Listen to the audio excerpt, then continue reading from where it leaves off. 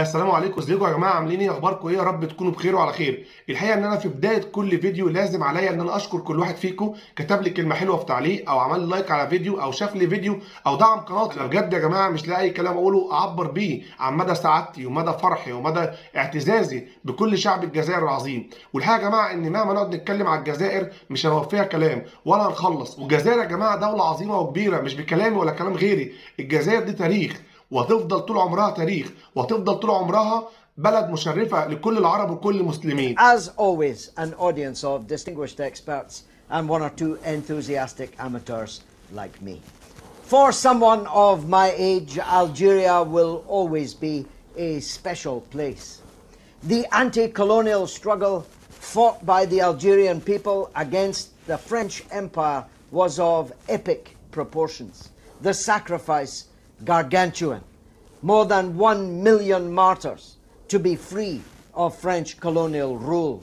Most of them in Algeria, some of them in France, some of them ending up floating in the River Seine in the middle of Paris. The heroism of the fighters of the Kasbah, the heroism of the women fighters of the FLN, the liberation movement of Algeria, the Front de Libération Algeria, the National Liberation Front.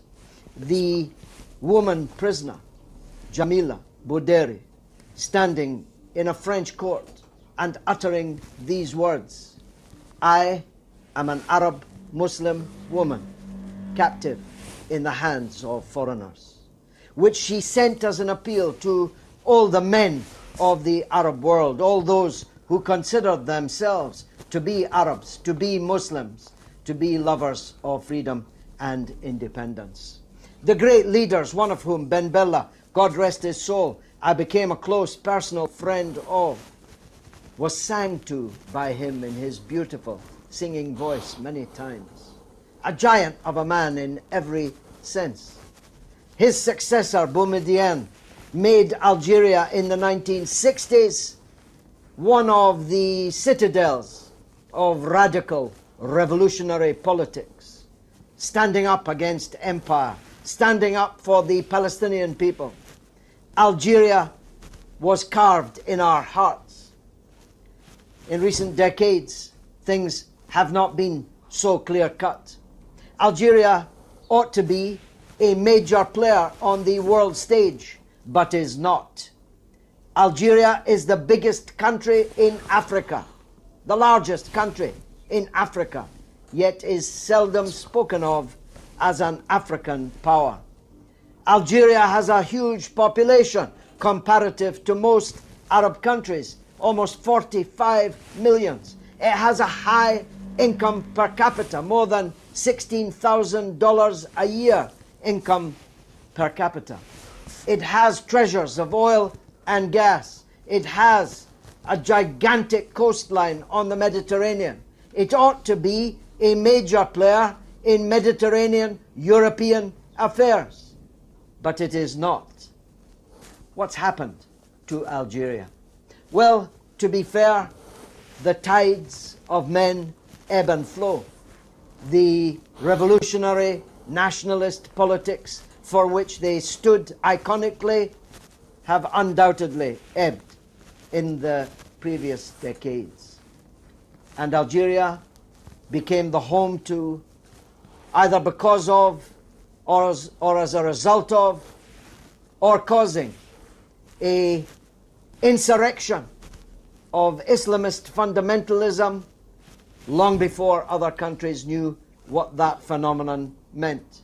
Algeria had an Al-Qaeda problem before Al-Qaeda, had an ISIS problem before ISIS, either as a result of failures of the political system in Algeria, failures of the distribution of wealth in that wealthy country, or because it was unlucky.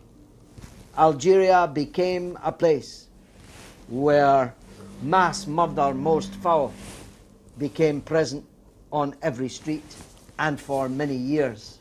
And the defeat of that Al-Qaeda, ISIS type phenomenon was brutal and bloody. Some would say too brutal, some would say too bloody. which begat in turn a sullenness amongst a section of the population, which preferred the Islamist trend to the nationalist trend. With the ebbing of revolutionary politics came the ebbing of the democratic idea. Although Algeria has a parliament, in fact, a bicameral system, although Algeria nominates and elects its president in a free election, the last one was generally adjudged by the international observers to have been free. In truth, there's not much democracy in Algeria, and the parliament doesn't call the shots. Who calls the shots in Algeria is rather like the camel, difficult to define, but easy to recognize.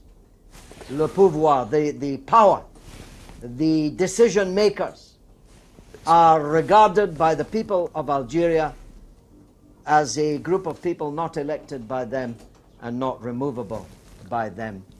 A collection of people from the deep state, from the intelligence service, from the army, from the veterans of the independence struggle, though necessarily because of the march of years, they become fewer and fewer. The FLN that led this great, epic, heroic independence, freedom struggle is still in power in Algeria, but it's not the FLN that it was. And then there's the president. To give you an idea of how long President Bouteflika has been around and how old he is, let me tell you this story. When I took a red London bus from Big Ben to Baghdad in 1991, I spoke in the middle of the night in the great city of Oran in Algeria. And after I spoke, a very old man came to me and said, "You know Che Guevara spoke in this very hall?" I said, "Really?" "Yes, on the stage you just addressed us from. He came here with Bouteflika, who was the Minister of Youth in 1962.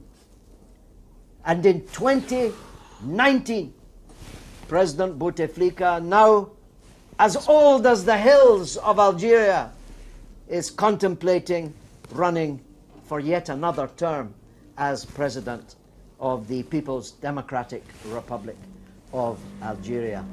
That's a matter for the Algerians. It's not for me to say. But it strikes me that Algeria needs a new generation of leaders. That's all I'm going to say. And I say it with love for Algeria, for its history, for its martyrs, and for its great people. ما شفت الفيديو الجميل ده يا جماعه، انا مش لاقي كلام اقوله اوصف بيه سعادتي وفرحتي ببلد عظيمه زي الجزائر. انا بجد ممتن لكل واحد جزائري وبشكر كل واحد جزائري ودايما فخور بكل واحد جزائري. انا في نهايه الفيديو اتمنى ان يكون الفيديو عجبكم. لو اول مره تشوفوني يا ريت تعملوا لايك للفيديو والاشتراك في القناه وتكتبوا لي تعليق محفز يشجعني. السلام عليكم.